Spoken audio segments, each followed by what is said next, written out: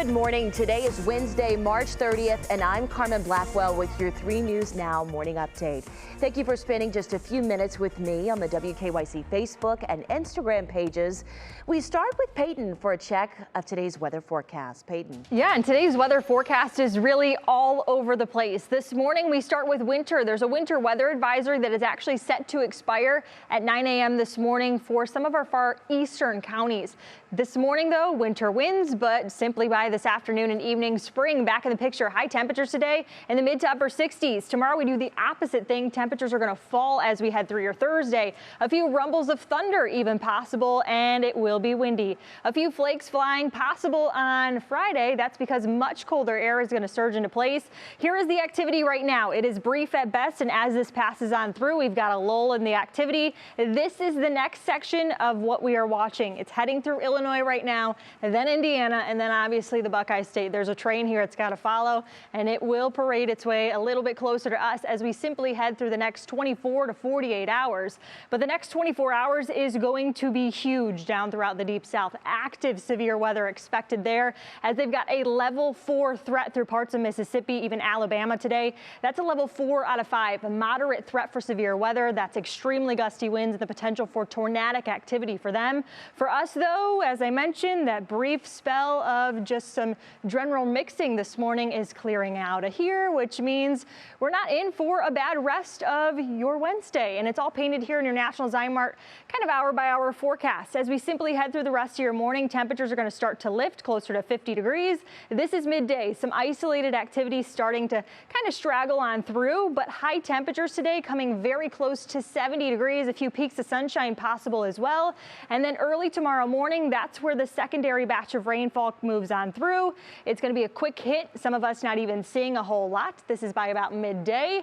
Temperatures, as I mentioned, falling here. And then, yep, this is early Friday morning. The idea of flakes flying is not impossible as we head through the next 72 hours for you. Union Home Mortgage extended forecast 60s and falling for your Thursday, back in the mid 40s for Friday. We hover right around 50 for both Saturday and Sunday.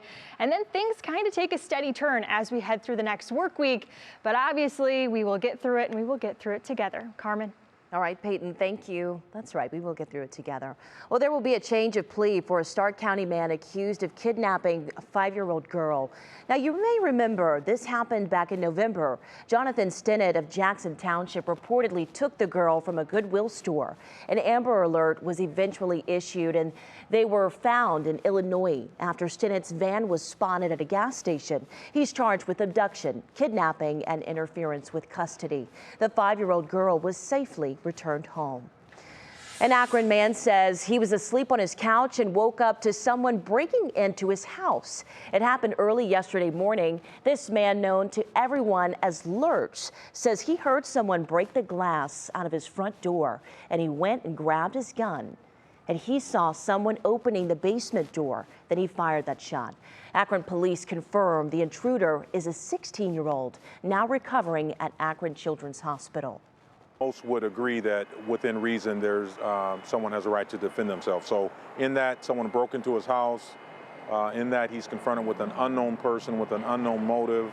All of those things will be taken into consideration. As of now, no charges have been filed. Yesterday, a bomb threat forced students and staff at Lorain County Community College to evacuate. This is the 3rd time now since last week. And last night, the college announced all classes and services will be remote for the rest of the week. Illyria's police chief says they see the impact that the threats are taking on the main campus and local safety forces. They are investigating and working to find who's responsible for these threats. Also happening yesterday, a car accident involving a suspected drunk driver has killed 30-year-old Kylie Eskins and put her 1-year-old son in the hospital. 22-year-old Logan Townsley, there on your screen, is facing multiple charges, including operating a vehicle under the influence and aggravated vehicular homicide. The crash remains under investigation, but excessive speed and impairment are believed to be a factor there.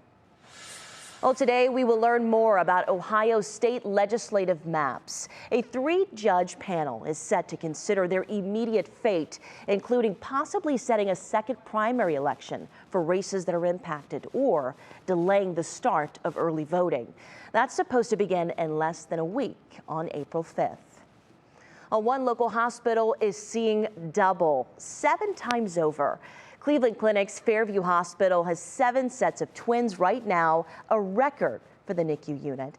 And we caught up with proud parents of baby boys Riker and Rowan, both born a little over 4 pounds. Mom and babies are doing great, and they just can't believe how many fellow twins are there with them.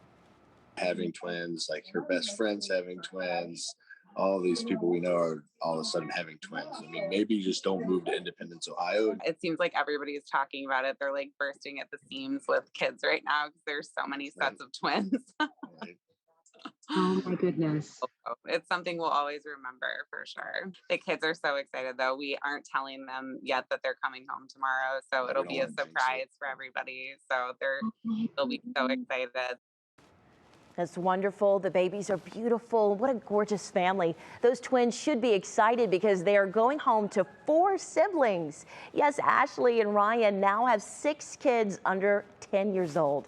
In fact, they tell us that they traded in their Suburban for a conversion minivan, and their family is now complete. Of course, congratulations to them and all the moms and dads at Fairview who welcomed their bundles of joy as well. A very happy update on a story that we brought you just a few weeks ago. A therapy dog from Cincinnati is now the new Cadbury bunny. Annie Rose won the contest and will star in this year's commercial. And she also won $5,000. And the votes she received helped raise $20,000 for the ASPCA. When she's not busy being a superstar, she's working hard at local nursing homes, bringing smiles to all of the residents there. Well, thank you for taking the time to join me for this 3 News Now morning update. Our digital team will continue to bring you the stories making headlines around Northeast Ohio and the world. But make sure that you continue to check our social media pages and WKYC.com throughout the day. I'm Carmen Blackwell, and I'll see you tomorrow right here on Go, starting at 4:30. Have a great day.